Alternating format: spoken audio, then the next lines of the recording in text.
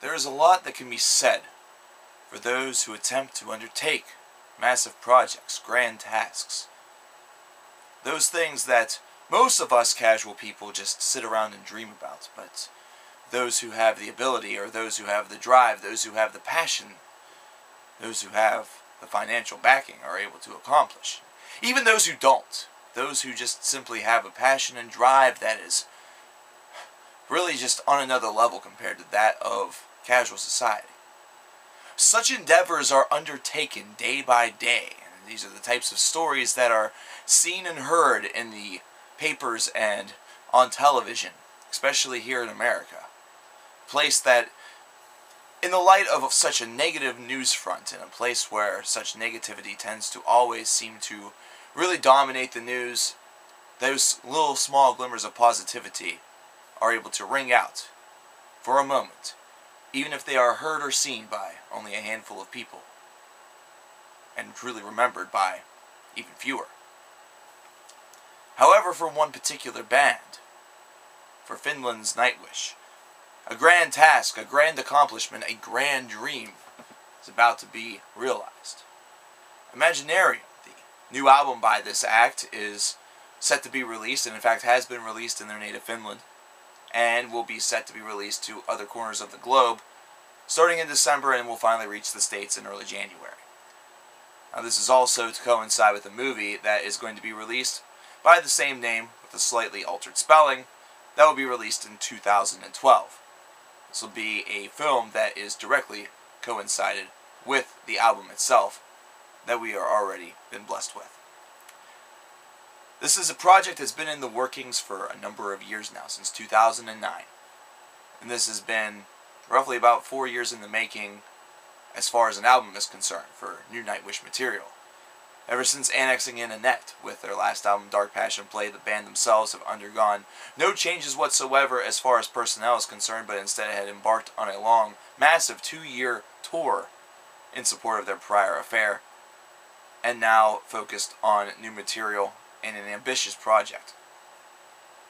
This is an album that should feel cinematic mainly because its initial destiny was to be indeed cinematic, and that's what its destiny shall be realized as, and that's the fact that this will be basically the soundtrack for the film of its same name, with the only differences being a little bit more of a traditional film score being adapted for the project upon its release next year.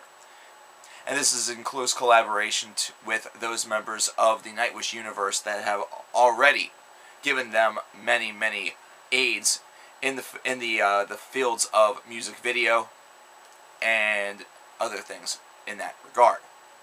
Direction, production, and close confidants of the band. The music itself is definitely that of Nightwish, as it should be.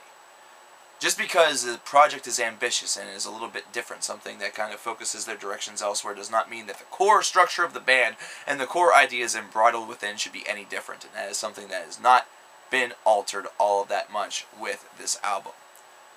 This is a massive 13-track album that eclipses the 70-minute mark, which is very interesting considering the movie itself will be right around 80 minutes. Or at least that's what the preliminary indications have presented us. This is an album that also sees the band shifting their style only in minute traces, however, in just enough of a way for a die-hard core Nightwish fan to really understand the subtlety.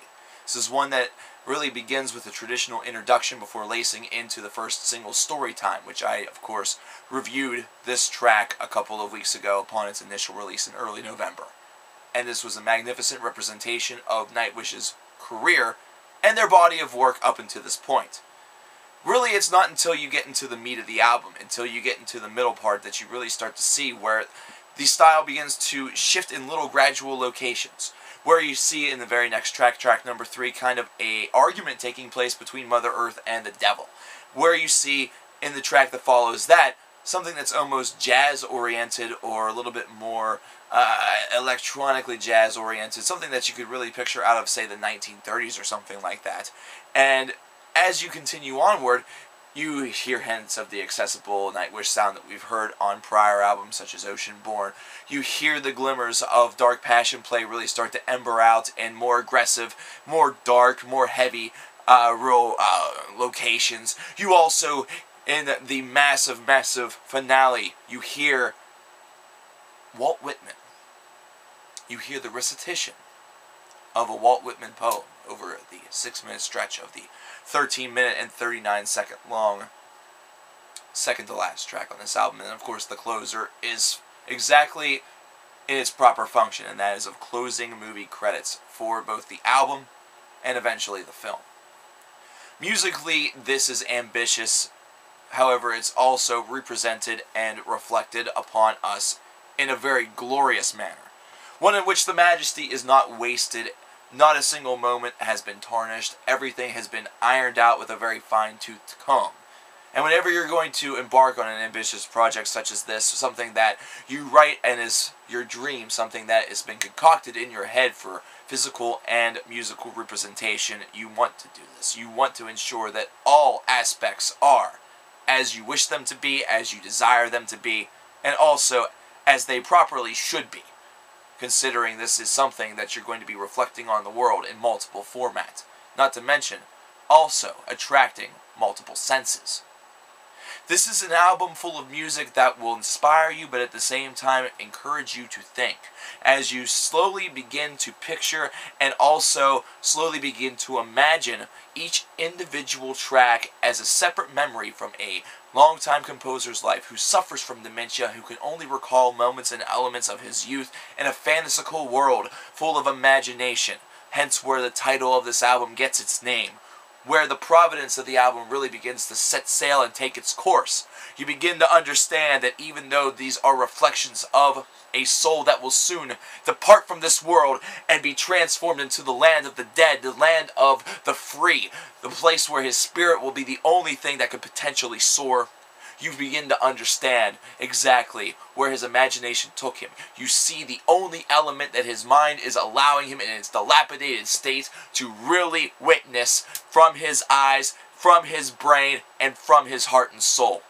And the music is reflecting upon this. Opera metal, still yes, but opera metal only, no more. You see transitions into power metal. You see transitions into a very jazz-laden metal. You see avant-garde with the recitation of something such as a Walt Whitman, where it's just a free-form recitation done by both male and female vocal, dueling it out, essentially bringing this beauty to a head throughout the entire course, the entire latter half of the epic second to final track on this album. You see the cinematic movie metal stylings that perhaps we only see in this particular genre, perhaps we only see in this niche. But you collectively bring it all together and you have a body of work, you have a piece of art that is able to really bind itself and hold its own with any feature film. And this will be one that will definitely not have the budget, and this is one where the album itself may potentially overshadow the represented film that comes from it. I've said this a couple of times already, however, this may be the last great metal release of the year 2011.